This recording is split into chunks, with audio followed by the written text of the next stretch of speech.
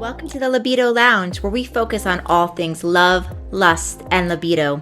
We believe that fabulous sex is important to health as exercise and good food.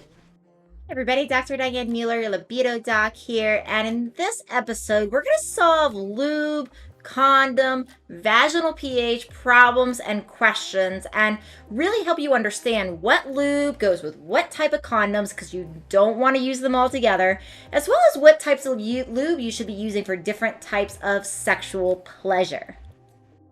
Okay, so all things lube. This conversation's so important because not only is it really important to understand that the right lube is needed for any particular condom in order to help with the efficacy of that condom, that's really important to know, but also certain lubes can have preservatives in them, which can actually screw up the vaginal pH, and this can make women more prone to infections. So that's also a really important component of lube, and sometimes women are really reactive to spermicide in condoms, right, where it'll throw off their vaginal pH and they might not have a true infection, right? So I've had this happen where women go and they are looking for a yeast infection or BV, or maybe even they think it's an STI, and none of those things are actually happening. And it's just a reaction because the spermicide is throwing off their vaginal natural pH. And that can lead to lower levels of microbial imbalances that are not showing up on lab work. And it can actually be pretty maddening because there can be this feeling of like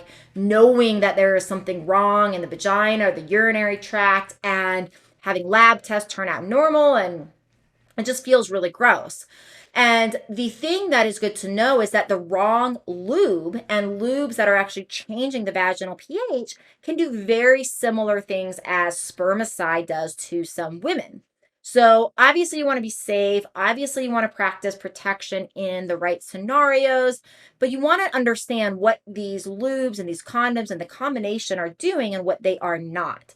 So I'm going to go over some information today. I have a quick guide on my blog that's basically a chart of the information we're talking about today. So look for that in the show notes if you want to reference this material and just be reminded of what lube goes with what condoms and when do I use what lube for what type of sex act, like those types of things. You can find that on my blog. So let's go through lubes one by one. So Sliquid is a water-based lube. There's many water-based lubes out there. We're going to talk about them all. Sliquid is my favorite water-based lube.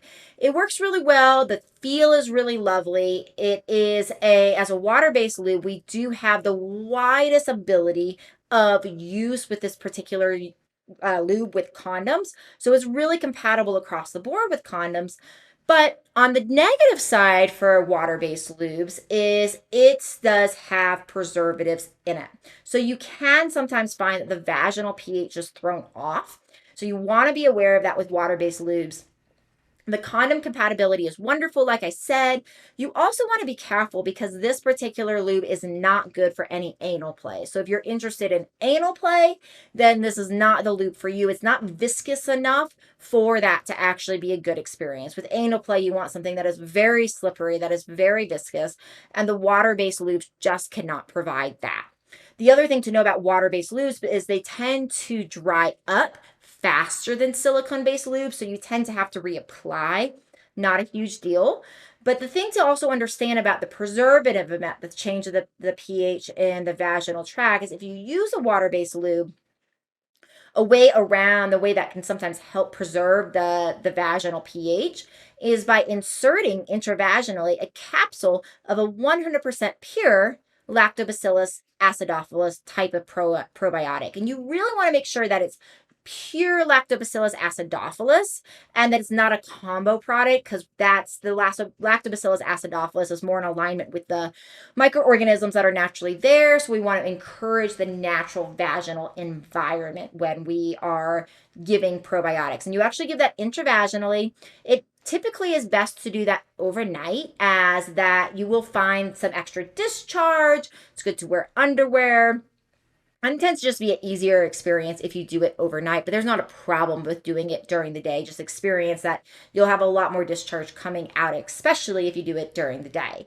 So that's the water-based lube. Now, my favorite type of lube is silicone lube. I love silicone lube because it's so viscous. So the slipperiness is really, really profound with silicone lube. You don't have to apply it so much. It's good for anal play. It's good for vaginal play. So it's very useful as far as you can use it in these different environments. Now, it is not compatible with polyurethane condoms. So you don't want to use those together, right? So if you're using polyurethane, you're going to much more have a tendency to do something like your water-based lubes. Now, oil-based lubes, what is amazing about oil-based lubes is there is no preservative. So you're not going to have the vaginal pH thrown off as much. Now, in a lot of these silicone lubes, silicone's generally pretty safe. A lot of silicone-based lubes will have these small amounts of certain types of silicone that can be endocrine disruptors. They can disrupt the hormone system a little bit. That's what endocrine disruptors are. I've generally not seen that problem in people using the silicone-based lubes. It's always something to watch out for, but I've seen people do very, very well on silicone-based lubes, and I really appreciate the fact that because there's no preservative in it, you don't have any negative impacts on the vaginal pH. So that is huge, huge, huge.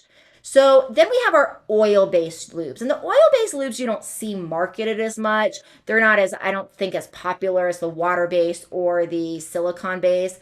Typically you use the oil-based most commonly for oral or vaginal use, not for anal so much.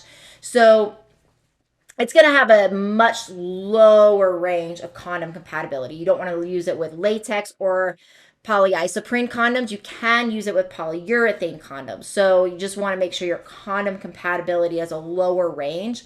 It will also have some preservatives in it. So you want to be careful about the true oil-based lubes. Now, another thing you can consider is you can consider pantry solutions. So you can consider like oils that you have around your pantries.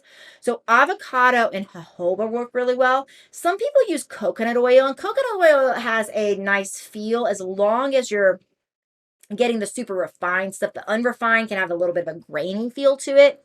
But the problem with coconut oil is it's very antimicrobial. So again, it's going to come back to throwing that vaginal pH off, and we don't want that. So I would avoid, if you're really trying to stay just like pantry solutions as natural as possible, then using avocado or a really good jojoba oil works great.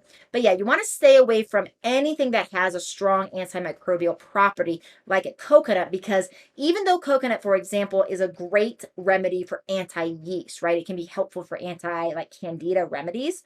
So if you have a yeast infection, that would be a great time to use coconut oil. But you want to use it only in those temporary therapeutic conditions from a vaginal perspective, because the good bacteria, all of us women have good bacteria in our vaginal tract. That's essential for vaginal health, for proper pH, for everything staying really clean and beautiful. And so we don't want coconut oil all the time because we have those good bacteria that are preventing yeast from showing up, preventing bad bacteria. So you want to make sure those good bacteria are staying super healthy. You don't want to kill them off. So using an antimicrobial oil like coconut could cause a problem for those types of reasons. So these are all the things to consider. You want to play. Like, another thing I would really encourage you to consider with these lubes and oils is consider playing around. Consider getting different products. It's amazing how changing a lube can actually add to the experience. You'll find that certain lubes will add to the sensation, right? I'm a huge lube fan. Like, I think having a lot of moisture and lubrication is extremely important. You'll see in some of my other videos, in one of my previous videos in a different episode, for example, I talked about the cardiovascular system and the importance of the cardiovascular system to help with natural lubrication. So if you're not being fully lubricated, there's definitely good reason to make sure hormones are in balance, that blood flow is good, that there's no cardiovascular disease. We talk about that on other episodes. But you also really do want to make sure that if you're not afraid of using lube, right? Because even with all those other things, even with good foreplay, sometimes like a little extra lube just helps it feel extra good. So don't be afraid of using lube. Don't be afraid of trying it. Just be aware of some of the nuances between lube. And again, you can use this, like I said, as a way of trying something new, of saying you add this new product. Does that do anything? Does it feel extra good? So make sure you check out that link where I kind of sum up this information on a blog for you. And then also make sure you check out the show notes where I have Uber Lube, my favorite lube. I have a discount code in there for you to get a discount off that lube. So check that out. They're my favorite. They're the best. So there's a 10% discount code in the show notes for you as well to get a little bit of a discount off of their products. And, happy sex. Remember to continue to do your work, to continue to stay classy, to continue to feel sexy. And I will see you in another Libido Lounge episode. Thank you for listening to the Libido Lounge. Please don't keep me a secret. Please share this with your friends. You can find me on YouTube, on Instagram, as well as how to work with me at mylibidodoc.com.